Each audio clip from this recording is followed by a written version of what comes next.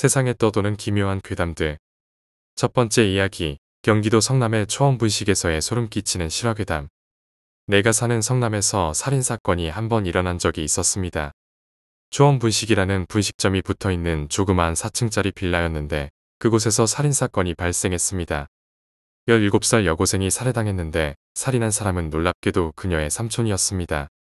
이유는 보나마나 강간하려다 거부해서 살해한 것이었습니다. 우리 초원분식 가볼래? 거기 살인사건 있었던 곳이지. 뉴스에 나왔다던데. 내가 중학교 때였습니다. 아는 같은 반 친구가 뜬금없이 그 건물에 찾아가 보자고 했습니다. 살인사건이 났던 곳인데 무섭지 않았느냐고. 물론 두렵긴 했지만 한편으론 그곳이 어떻게 되어 있을까 하는 묘한 호기심에 사로잡혀 있었습니다. 조금의 망설임 없이 흔쾌히 승낙했습니다. 학교가 끝나고 나를 포함한 친구 2명이서 그 빌라로 곧장 향했습니다. 그 빌라는 학교에서 얼마 떨어지지 않은 곳에 위치해 있었습니다. 아무렇지 않게 생각했지만 역시나 사람이 죽었던 곳이기에 기분이 이상하게 묘했습니다. 들어가기가 꺼려지고 건물 자체도 낡은 건물이었기 때문이기도 했을까요. 그러고 보니 그날 날씨도 꽤 흐렸던 것 같았습니다. 야, 빨리 보고 그냥 가자. 나 학원 가야 된단 말이야. 보채지 좀 마. 혼자 가는 건 좀 무서우니까 다 같이 들어가자. 그 여고생이 살해당한 건 4층이었습니다. 정확히 몇 호인지는 몰랐지만 한 계단 한 계단씩 오르고 4층으로 올라가는 계단이 보였습니다. 그곳엔 사건 현장에 쓰는 수사 중이므로 접근하지 말라는 테이프가 내팽개쳐져 있었고 잘 살펴보니 주위엔 핏자국이 묻어 있었습니다.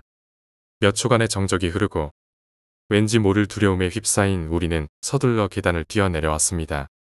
왜 보통 친구들끼리 무서운 이야기를 할 때는 그 이야기가 그렇게 무섭지 않은데도 괜히 두려움에 휩싸이고 그러지 않습니까?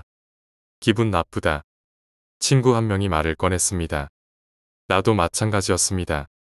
그냥 호기심에 간 것뿐인데 정말 기분이 찝찝했습니다. 그날 밤 난 태어나서 처음으로 가위에 눌렸습니다. 난생 처음 가위에 눌렸기 때문에 아직까지도 기억이 납니다. 분명 알 수 없는 여자가 어둠 속에서 날 쳐다보고 있었습니다. 날 노려봤다거나 날 그냥 조용히 쳐다봤는지는 알 수 없지만 분명 날 쳐다본 건 확실합니다. 그날 밤 가위에 풀리고 팔다리가 모두 저림을 느끼고 난 알 수 없는 공포감에 휩싸여 집에 있는 온갖 전등을 켜고 TV나 컴퓨터 등 온갖 잡동사니를 틀어댔던 기억이 납니다. 그 시각은 새벽 1시였습니다. 두 번째 이야기, 리나.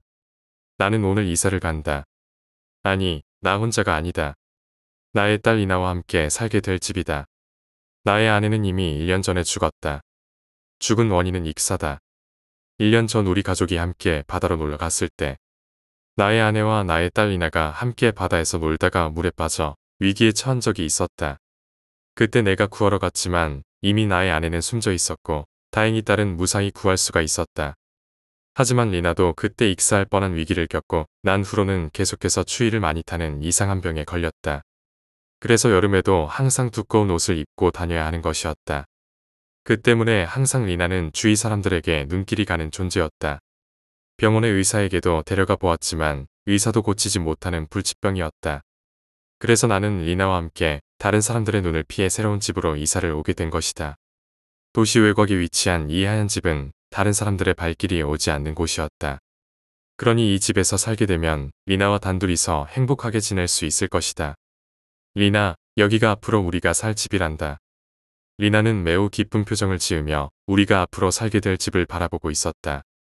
이 집은 온통 하얀색의 페인트가 칠해져 있었으며 2층으로 되어 있는 매우 큰 저택이었다.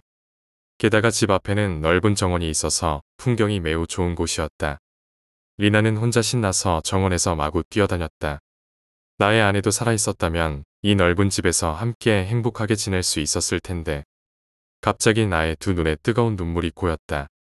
그래, 지나간 과거는 그만 잊자. 과거를 잊고 새로운 삶을 살기 위해 이렇게 이사를 온 것이지 않는가. 그런데 리나가 어디 간 거지? 금방 아까 전까지 정원에서 뛰어놀던 리나가 사라진 것이다. 크게 소리쳐 불러보았지만 리나는 없었다. 나는 다급해졌다. 리나가 어디 간 거지? 주위를 둘러보았지만 리나는 보이지 않는다. 그때였다. 리나의 목소리. 집안에서 리나의 비명소리가 들려왔다. 제기랄. 리나한테 무슨 일이 생긴 거야? 난 황급히 집 문을 열고 집 안으로 들어갔다. 거실에 리나가 서 있는 걸 발견하였다. 리나는 얼이 빠진 듯 표정이 굳어 있었다. 리나는 더듬거리며 말을 이었다. 엄마를 봤어. 엄마가 저기 있었어. 그런데 금방 사라졌어. 엄마를 봤다니 그건 있을 수 없는 일이다. 나의 아내는 이미 1년 전에 물에 빠져 죽었다. 리나가 환상을 본 것인가? 나는 그저 리나가 잘못 본 것이라 생각했다. 리나, 엄마는 이미 이 세상에 없어. 내가 잘못 본 거야. 아니야. 나 분명히 엄마를 봤다니까. 리나는 아직 8살밖에 안 된 어린아이이다. 그러니 죽은 엄마가 보고 싶은 게 당연하겠지. 나는 리나가 엄마를 보고 싶은 마음에 환상을 본 거라 생각했다. 리나, 이제 새 집에 왔으니 집안을 한번 구경해볼까? 나와 리나는 함께 집안을 둘러보았다. 집은 밖에서 보는 것보다 생각외로 훨씬 더 넓었다. 방이 1층에 10개, 2층에 10개로 총 20개로서 거실도 매우 넓었고 지하실도 있었다. 리나의 방은 2층에서 가장 오른쪽에 위치한 방으로 정했다. 리나는 침대에 누웠고 날 리나 방에 불을 끄고 밖으로 나왔다. 내 방은 1층에서 가장 끝에 위치한 방으로 정했다. 왜냐하면 내 방에서 위를 바라보면 2층에 있는 리나 방을 볼 수 있기 때문이다. 나는 내 방에 와서 창문으로 리나 방을 한번 바라보았다. 어라? 그런데 이상하다. 분명히 리나는 지금 자고 있을 것이다. 그런데 리나 방에는 불이 켜져 있었다. 나는 분명 리나 방에 불을 끄고 나왔는데 리나가 다시 불을 켜고 안 자고 있는 건가? 나는 다시 2층으로 올라가 보기로 했다. 2층에 올라오자 리나의 방에서 웬 이야기 소리가 들려온다. 웃는 소리. 난 2층 복도의 가장 오른쪽을 바라보았다. 가장 오른쪽에 위치한 방이 바로 리나 방이다. 나는 리나의 방으로 천천히 다가갔다. 방으로 다가갈수록 이야기 소리와 웃음소리는 크게 들려왔다. 리나의 웃음소리와 또 누군가의 웃음소리가 들려온다. 누구지? 리나 방의 방문을 여는 게 두려워진다. 손이 떨려왔다. 난 떨리는 손으로 조심스럽게 리나 방의 문을 열었다. 방 안에 들어가자 역시나 방에 불은 켜져 있었고 침대 위에 리나가 앉아있는 게 보였다. 그런데 아무리 주위를 둘러봐도 리나 말고는 아무도 보이지 않았다. 리나, 너 지금 뭐하고 있는 거냐? 이야기하며 놀고 있었어. 누구와 이야기를 했어? 엄마. 나는 순간 흠칫했다.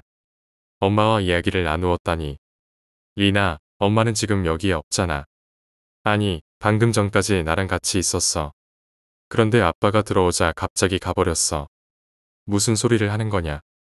엄마는 죽었어. 아니야, 엄마는 안 죽었어. 금방 나랑 이야기도 나누었는걸. 도대체 어찌 된 걸까? 리나가 엄마를 봤다고 하다니. 그런 건 절대 있을 수가 없다. 난 단지 리나가 엄마를 그리워하는 마음에 아직도 그런 환상을 보는 것 같다고 생각했다. 다음 날 아침. 난 아침 일찍 잠에서 깨어났다. 어젯밤에는 리나가 엄마를 봤다고 엄마가 다시 올 테니 안 자고 기다릴 거라며 잠을 안 자는 바람에 리나를 설득시키느라 많은 시간을 소비했다. 나는 힘껏 기지개를 폈다. 몸의 피로가 싹 가시는 것 같았다. 이제 아침 식사 준비를 하기 위해 부엌으로 향했다. 오늘은 리나가 좋아하는 소시지 요리를 해야겠다. 요즘 따라 리나가 계속해서 엄마를 그리워하는 것 같으니 위로를 해줘야지. 그런데 부엌에서 뭔가 맛있는 냄새가 흘러왔다. 리나가 요리를 하고 있는 건가? 난 부엌으로 가보았다. 그런데 이게 어찌된 일인가? 식탁 위에는 아침 식사 준비가 다 되어 있는 것이었다. 리나가 좋아하는 소시지 요리까지 만들어져 있었다. 그리고 리나가 있었다. 리나, 설마 이 요리들 전부 너가 한 거냐? 엄마가 요리를 했다는 리나의 말은 믿을 수가 없다. 하지만 8살밖에 안 된 리나가 이런 요리들을 모두 했다는 것 또한 믿기지 않는다. 리나, 엄마는 이 세상에 없어. 이 요리들 너가 한 거냐? 리나는 자기 말을 믿어주지 않아 화가 나는 듯 큰 소리를 쳤다. 아무래도 뭔가 이상하게 돌아가고 있는 것 같다. 이 하얀 집으로 이사를 오게 된 이후부터 뭔가 이상해져 가고 있었다. 아무래도 뭔가 이상한 걸 느낀 나는 이대로 계속 가다가는 리나가 계속해서 엄마의 환상을 보게 될 거라 생각했기에 해결 방안을 찾아야겠다고 생각했다. 그래서 나는 리나를 홀로 집에 남겨두고 도시로 되돌아왔다. 이곳에 내가 잘 아는 심리학자 교수가 있다. 그 교수를 만나보면 뭔가 대책을 마련할 수 있을지도 모른다. 존 교수님, 반갑습니다. 사실은 한 가지 고민을 털어놓을 게 있어서. 그래, 존 교수라면 아마도 우리 딸의 환상 증세를 알 수 있을지도 모른다. 저희 딸, 리나 아시죠? 리나가 요즘 계속해서 죽은 엄마의 환상을 봅니다. 엄마와 이야기를 나눴다고 하질 않나. 자신이 요리를 해놓고서는 엄마가 요리를 했다고 하질 않나. 요즘 딸은 리나가 이상합니다. 존 교수는 혼자서 골똘히 생각에 잠기더니 다시 말을 이었다.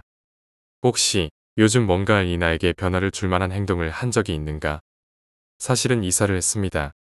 이곳 도시에서 떠나 멀리 있는 하얀 집으로. 내가 생각하기에는 아마도 새로운 집에 대한 적응이 덜 된 탓이야. 원래 누구나 새로운 집에서 살게 되면 왠지 적응이 안 되지.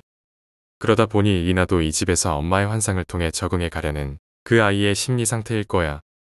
그렇다면 어떻게 해야 되죠? 괜찮아. 시간이 지나면 괜찮아질 거야. 명쾌한 해답은 아니었지만 그래도 존 교수의 말을 듣고 나니 왠지 안심이 되었다. 시간이 지나면 괜찮아질 거라 생각하고 나는 다시 하얀 집으로 돌아가기로 했다. 집에 돌아온 나. 집 문을 열고 집 안으로 들어가자 2층에서 또 뭔가 이야기 소리가 들려온다. 이건 분명히 한 사람의 웃음소리가 아니다. 누가 리나와 함께 있는 거지. 난 두려워졌다. 정말로 리나가 말한 엄마라는 존재가 있는 것인가. 나는 조심스럽게 2층으로 올라갔다. 2층 복도의 가장 오른쪽에 있는 리나의 방. 그곳에서 계속해서 이야기 소리와 웃음소리가 들려온다. 발걸음이 쉽게 떨어지지 않는다. 방으로 다가갈수록 웃음소리는 더욱 커져갔다. 날 리나 방의 문 손잡이를 잡고 천천히 돌렸다. 문을 열자 역시나 리나가 침대 위에 앉아있다. 그리고 주위를 둘러봤지만 역시나 아무도 없다. 리나, 누구와 이야기하고 있었지? 엄마. 지금 이 방에 엄마가 있니? 아니, 아빠가 들어오자 또 사라져버렸어. 어디로 갔는데? 창문으로 나갔어. 날 리나 방의 창문을 바라보았다. 창문이 열려 있었다. 창문으로 다가가서 창문 밖을 바라보았다. 그러나 아무것도 보이지 않고 밖은 그저 어두웠다. 리나, 내가 도시에 가 있는 동안 계속 엄마랑 있었니? 엄마랑 노는 게 너무 재밌어. 난 머릿속이 혼잡해져 갔다. 정말로 엄마를 본 것인가? 귀신을 본 것인가? 손이 떨려왔다. 그런데 그때였다. 리나 방에 있는 전화기에서 전화가 울렸다. 전화벨 소리는 적막한 방 안을 뚫고 요란하게 울렸다. 난 천천히 전화기가 있는 곳으로 다가가 수화기를 들었다. 큰일이네. 자네의 딸이 죽은 시신으로 발견되었어. 무슨 소리를 하는 거지? 내 딸 리나는 지금 나와 함께 있지 않는가? 난 고개를 돌려 리나를 바라보았다. 리나는 분명 나와 함께 있다. 무슨 소리를 하시는 겁니까? 지금 농담하시는 거예요? 존 교수님. 농담이 아니야, 이 사람아. 자네의 딸은 이미 1년 전에 죽었다고. 제 딸은 지금 내 옆에 있다고요. 자네의 딸 리나가 1년 전에 바다에 빠져 죽은 시체가 지금 발견되었네. 자네의 딸은 1년 전에 내 아내와 함께 죽었었다고. 수화기를 들고 있는 나의 손이 떨려왔다. 1년 전 바닷가에 우리 가족이 놀러 갔었을 때 나의 아내와 내 딸 리나는 물에 빠진 적이 있었다. 그때 아내는 죽었고 리나는 내가 구한 줄 알았었지만 사실은 이미 죽어 있었던 것이다. 그래서 내가 구한 것은 죽은 내 딸이었던 것이다. 그렇다. 리나도 역시 귀신이기 때문에 죽은 엄마의 영혼을 볼 수가 있었던 것이다. 난 고개를 서서히 돌려 리나를 바라보았다. 리나는 말했다. 아빠, 추워. 세 번째 이야기. 누구나 겪었을 법한 괴담. 다들 한 번쯤은 겪어봤을 법한 일을 하나 얘기해 보겠습니다. 살다가 한 번쯤은 갑자기 온몸이 싸한 기분이 들 때가 있죠. 소름이 돋는다거나 갑자기 한기를 느낀다거나. 전 이와 비슷한 경험인데 조금은 특별한 일을 겪어봤습니다. 그러니까 지금으로부터 10년쯤 전이었을 겁니다. 제가 중학교 1학년에 막 올라갔을 때 일이었는데 학교를 파하고 친구들하고 놀다가 저녁 늦게 집으로 돌아가는 길이었습니다. 참고로 제가 시골에서 학교를 다녔기 때문에 집으로 가는 길도 조금 무섭긴 합니다. 뭐 그렇다고 많이 무서운 건 아니고 집에 가는 길 왼쪽 편엔 저수지가 하나 있고 오른쪽 편엔 산이 있었죠. 그리고 간간히 보이는 묘지가 있고 아무튼 그렇게 좀 늦은 시간에 집에 가는 길이었는데 한 절반쯤 도착했을 무렵이었나 갑자기 온몸에 소름이 쫙 돋는 것이었습니다. 그게 얼마나 강렬했는지 춥다는 생각까지 들더라고요. 전 무서운 마음을 애써 감추려고 다른 생각들을 했습니다. 그리고 노래까지 부르면서 조금은 빠른 걸음으로 집으로 향했죠. 그렇게 다시 몇 미터쯤 걸었을까.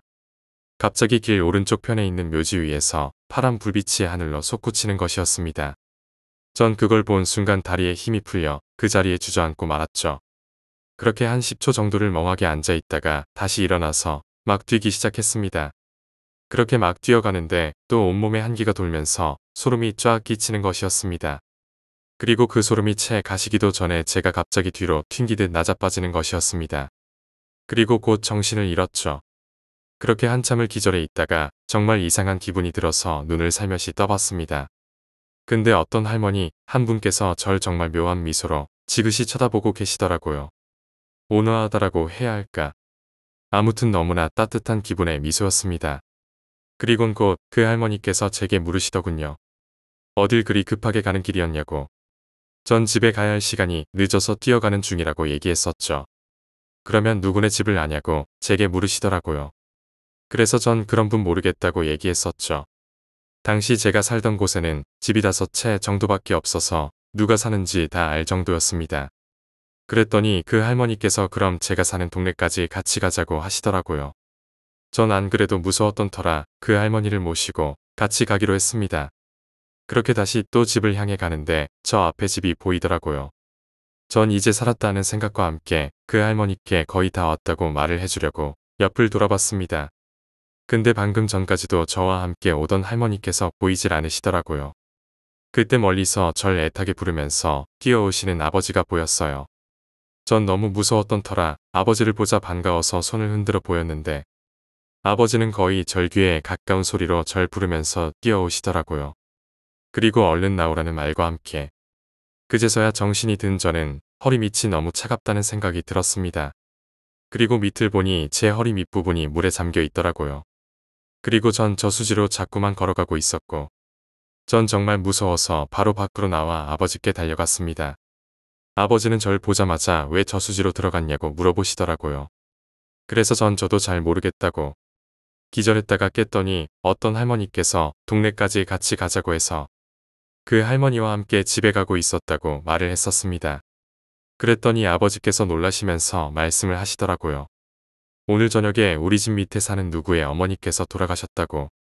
그래서 아버지도 그곳에 다녀오셨는데 제가 안 와서 밖에 한번 나와 보신 거라고. 그러다가 저 멀리서 누가 저수지로 들어가길래 혹시나 해서 뛰어와 보신 거라고. 전 지금도 그때의 기억을 떠올리면 소름이 돋습니다. 10년이 지난 지금도 그날 일이 마치 어제 일처럼 생생히 기억이 난다는 네 번째 이야기, 틈새. 조그만 틈새. 어렴풋이 보이긴 하지만 그 다음은 알 수 없다. 무엇이 있는지, 얼마 동안이나 이러고 있었는지 모르겠다. 좁은 방. 바닥도 벽도 천장도 온통 하얀색이다. 문이 없는 벽. 어쩐지 문틈에 대해 이상할 만큼 혐오감을 느끼던 나는 정신과 선생님과 상담을 끝내고 집으로 돌아가고 있었다. 분명 그는 안정제와 수면제 몇 알을 처방해 주고는 나를 배웅했다. 머리가 지끈거린다. 정신을 차려보니 이 아니었다. 먹지도 마시지도 못하고 도대체 왜 내게 이런 일이 생기는지 모르겠다. 처음엔 꿈을 꾸고 있는 건가 하는 생각이 들었고 소리를 지르고 뛰고 발광을 하고 그러다 지쳐 지금은 이렇게 늘어져 있다. 올드보이가 생각난다. 오대수. 나도 그처럼 한 사이코의 손에 놀아나고 있는 걸까. 뭐가 뭔지 도무지 모르겠다. 일단은 배가 고프다. 뭐라도 먹지 않으면 안 될 텐데. 뭐지? 어디선가 들려오는 잡음에 잠을 깼다. 처음으로 들리는 소리. 무언가의 시작을 알리는 신호음 같다는 느낌을 받았다. 파리가 앵앵대는 소리 같기도 하고 기계가 돌아가는 소리 같기도 하다. 그리고 사각사각대는 소리. 그 소리가 계속될수록 불안이 엄습한다. 하얀 벽에서부터 조금씩 배어나오는 끈적하고 더러운 기운이 이 소리일까. 소리가 들리는 벽 쪽으로 귀를 기울였다. 가까이 갈수록 자꾸만 검은 불길함이 나를 좀먹는다. 혹시나 하고 손으로 벽을 쳐봤다. 역시나 이쪽은 비어있는 벽인 걸까. 혹시 출구? 왠지 나갈 수 있을 거란 생각이 들었다. 나갈 수 있을 거란 느낌. 소리를 질렀다. 벽을 두들기며 몇 번이고 벽을 차고 두들기고 단단한 벽. 갑자기 눈물이 난다. 목이 쉬어 더 이상 목소리도 나지 않는다. 나갈 수 있을 거라 생각했던 기대가 무너지자 눈물이 난다. 나는 쓸데없는 짓을 하고 있던 걸까? 어쩌면 평생 나가지 못할지도 몰라. 기대가 무너진 뒤 찾아오는 절망. 배신이라도 당한 것 같은 기분.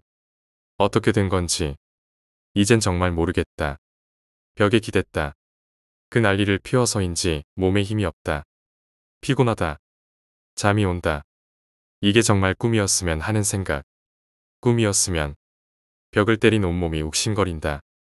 앵앵거리던 소리가 멈췄다. 소리는 멈췄다. 하지만 이 불안감. 심장 박동이 빨라진다. 저 하얀 벽을 뚫고 무언가가 튀어나올 것만 같다. 이 끈적한 기운이 당장이라도 내 목을 조를 것만 같다. 내 규칙적인 숨소리만이 시끄러운 정적 속에서 조금씩 그 불안감은 무게를 더한다. 나는 벽을 노려본다. 눈에 핏발이 선다. 어쩌면 이 불안감에 대한 무서움의 눈물까지 나는지도 모른다. 단지 저 벽 하나를 두고 그 너머의 무언가는 나를 서서히 쥐어들고 있다. 눈에 보이는 것은 저 벽 하나뿐인데 드디어 벽 쪽에서 희미한 소리가 들린다. 벽이 조금씩 벌어진다. 벽 사이로 보이는 실루엣. 점점 사이가 벌어질수록 내 동공은 커진다. 누군가가 있다. 누군가가. 드디어 이 악질적인 장난을 시작하고 지금에서 끝낼 누군가가 있다. 그를 잡으려 벌떡 일어났다. 일어난 나는 순간 얼었다. 10cm가량의 틈으로 보이는 실루엣. 그 어둠 속의 실루엣은 나를 보고 웃는다. 뭐야? 왜 웃는 거야? 뭐가 그렇게 재미있는 거지? 들리지 않았던 그 기분 나쁜 소리가 다시 들린다. 틈 사이의 실루엣은 보이지 않는다. 어둠 속에 가려. 저 틈 사이의 깊은 어둠 속에. 보이지 않는 어둠 속에. 틈 사이로는 기분 나쁜 소리만이.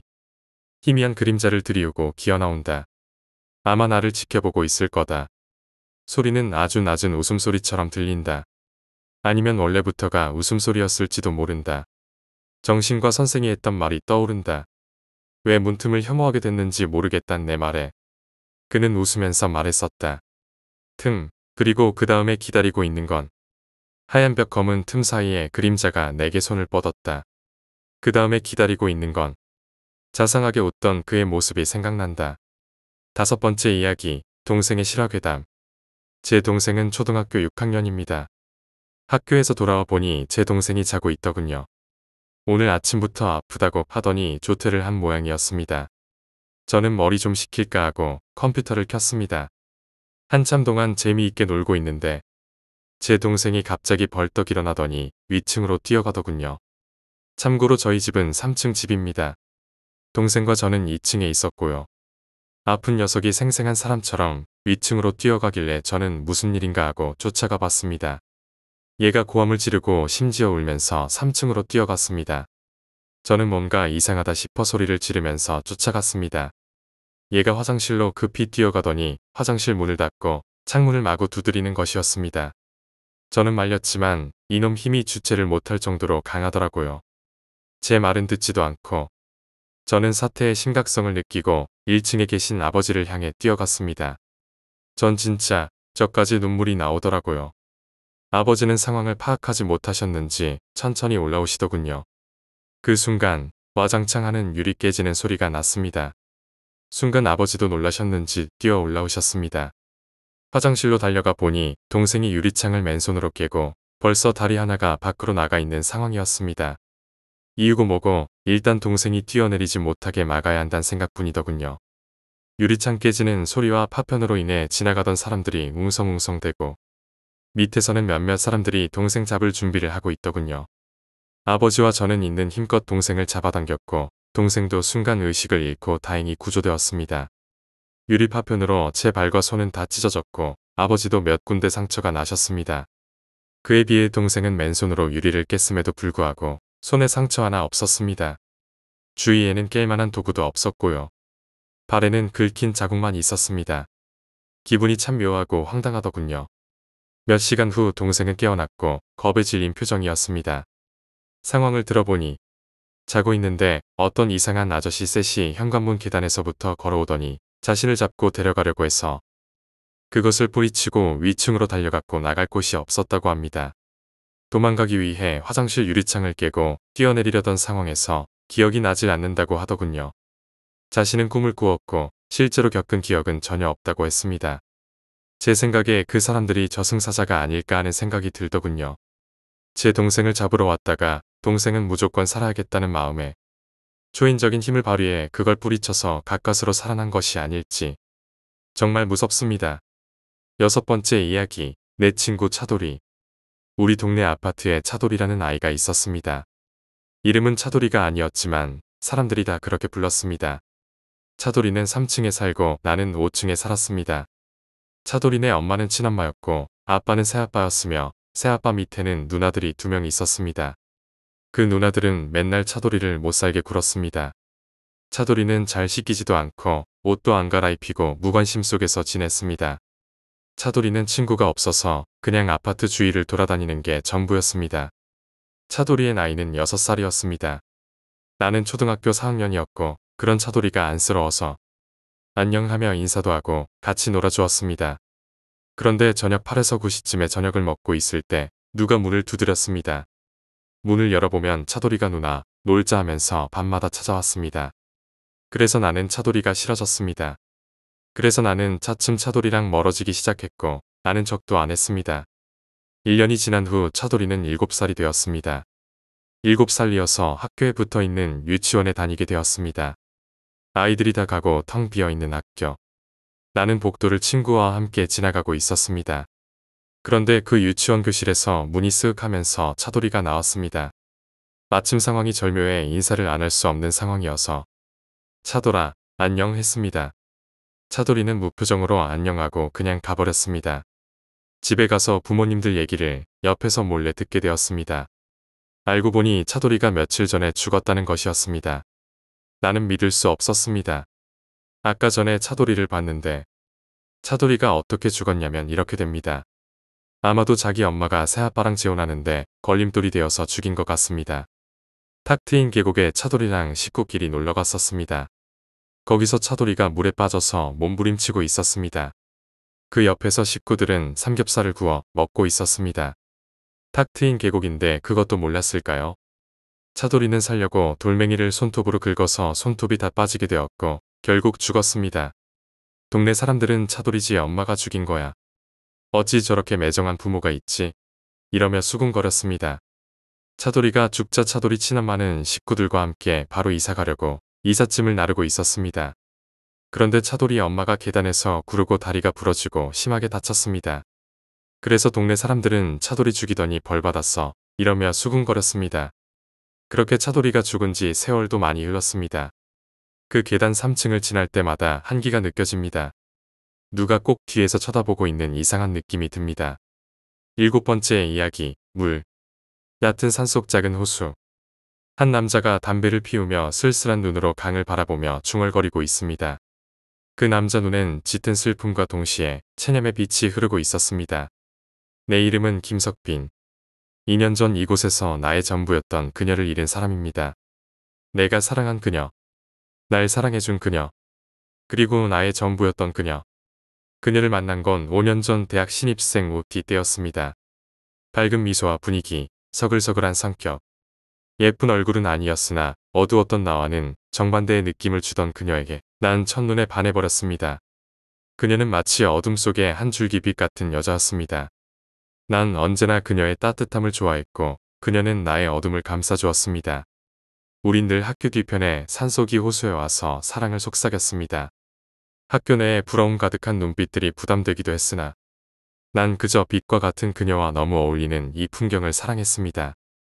내 친구들은 언제나 우리를 천생연분이라고 했습니다. 언제나 함께였고 잡은 손은 떨어질 줄 몰랐습니다. 내가 군대에서 복무하던 동안에도 그녀는 나만 바라봐 주었고 우린 영원할 것만 같았습니다. 하지만 우리에게도 시련은 닥쳐왔습니다. 그녀에게 백혈병이 생긴 것이었습니다. 의사는 너무 악성이라 마땅히 손쓸 수 있는 상황이 아니라고 했습니다. 그녀 역시 가망 없는 수술과 치료로 시름시름 고생하는 것보다는 남은 여생을 편히 보내는 것을 택했습니다. 그녀와의 마지막 만남. 우린 이 호수에서 서로를 안고 계속 울었습니다. 그녀는 자기를 잊으라 했고 난 영원히 기억할 거라고 했습니다. 그리고 그녀와의 키스. 그녀는 갑자기 날 밀쳐내더니 호수에 뛰어들어 버렸습니다. 난 그녀를 잡으려고 했으나 이미 그녀는 가라앉고 있었습니다. 그리고 1년 뒤 그녀를 잃은 슬픔의 술과 담배, 그리고 이 호수에서 흘리는 눈물로 하루하루를 지새우던 나에게 그녀가 나타났습니다. 그녀는 나를 조용히 감싸주었습니다. 그녀였습니다. 하지만 내가 그녀를 잡으려 하면 그녀는 언제나 호수 저 멀리 사라져버렸습니다. 그 후 난 그녀를 볼 수 있다는 희망이 생겼고 그녀를 기다리고 있습니다. 담배 연기가 하늘로 올라가는 것을 물끄러미 바라보던 나는 갑자기 저 앞에 누군가가 날 보고 환하게 웃고 있는 걸 보았습니다. 그녀였습니다. 바로 그녀였습니다. 오늘로 4번째로 그녀를 보는 겁니다. 몇 달 동안 오늘은 꼭 그녀의 손끝, 옷깃이라도 만질 수 있다면 이렇게 생각하면서 하루하루를 살아온 나였습니다. 그녀는 날 보며 웃고 있다가 내가 다가오니 또다시 호수 속으로 몸을 돌렸습니다. 그렇게 그녀는 또다시 호수 속으로 사라지고 말았습니다.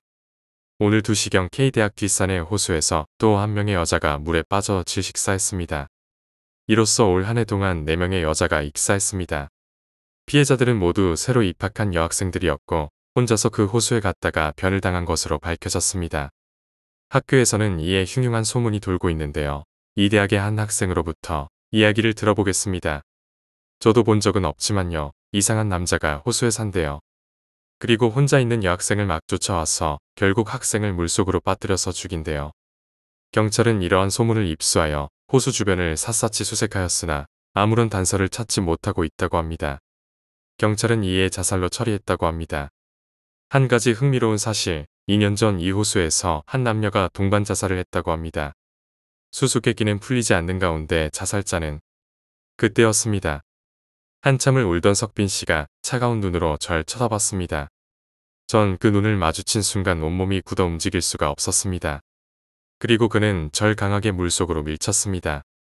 죽음의 향이 물씬 풍기는 을씨년스러운 호숫가. 한 여자가 가라앉고 있고 한 남자가 그 물속으로 뛰어들고 있습니다. 물속에서 태어나 다시 물속으로 돌아가려 하고 있습니다. 오늘로 5번째로 그녀를 보는 겁니다. 몇 달 동안 오늘은 꼭 그녀의 손끝, 옷깃이라도 만질 수 있다면 이렇게 생각하면서 하루하루를 살아온 나였습니다.